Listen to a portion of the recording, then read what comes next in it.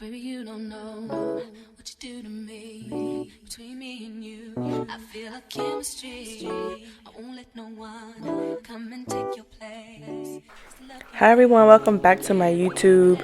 I am here, as you can see, with another Chrome tutorial, but this time I'm switching up a little bit. I'm doing some swirl lines. So first, as you guys always know, I start off with using black for my Chrome. You can use any color you want, but for most of my sets, I just always use black because I just like the way that the Chrome takes to the black gel polish. So right now I'm just doing like some random swirl lines. Like, I had an inspo picture, and maybe I'll like put it up so you guys can see like what I kind of went off of, because mine is not exactly like the inspo picture. I literally just used it for inspiration, but I kind of pretty much did whatever felt natural to me. So yeah, I just did like any lines. I know I wanted it to look like really swirly, so make sure you like really like, making those lines as super squiggly as possible, and it doesn't really have to be super perfect because Chrome is going on top of it. And I do notice that Chrome can tend to hide like the small little imperfections that you might have. So I work in sections. Like, I'll do 2 nails and then cure it for like 90 seconds and then do the other 2 nails, and I just kind of go back and forth. So that is why you'll see me doing like one hand and then doing the other hand and then doing the other hand, because I just like work better that way, especially when working with black polish, because I'd be really nervous and really scared when I work with black polish, because it's like if you mess up one time, or if it's like smears, or if you hit it, it's a wrap. Because yeah, you can't just easily wipe it off. It's black, it's not going to be as easy to just get rid of. So yeah, I dry it for 90 seconds, and then I take this brush and I just kind of go over that black, and I try to keep it as neat as possible because the goal is just to have the chrome on the black part. But this is basically an eyeshadow brush. It's not really meant to be precise. I know you can probably get it more precise if you use like a silicone tool. So that might have been better, but I don't have one of those. But doing this definitely made me want to order one, so maybe I'll like check Amazon for one, and I'll show you guys if I get it. Because yeah, but in this case I wasn't trying to be super perfect, so I didn't really care if it got like on the nail. But yeah, that's just an FYI. If you want it to be like super precise, then yeah, you should probably get a silicone tool or something, because that brush is too big for the lines.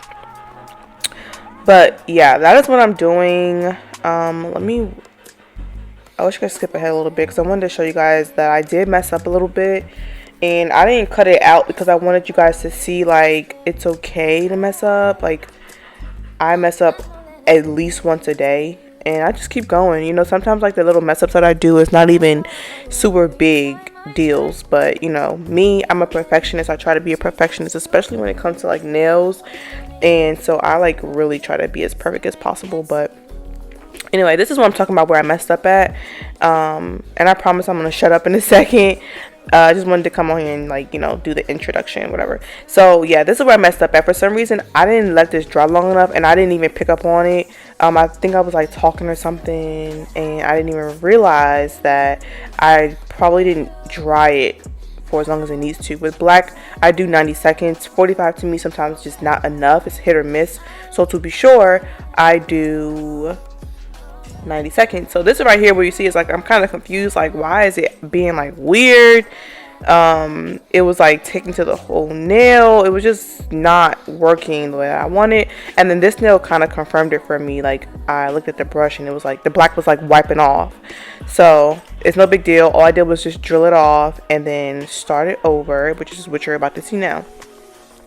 So yeah, that is pretty much how I do my chrome. It's pretty much the same. This only difference is that these are swirl lines and it's not a French. And I really have fun doing this. I really like how these swirls came out. And yeah, I'll put the Chrome link in the description. It's in the description of all of my Chrome videos. I got my Chrome from Amazon.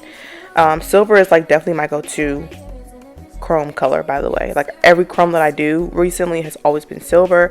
Might want to start branching out to like different colors, because I have a whole pack that came with like 30 colors, and I only use like 2 of them.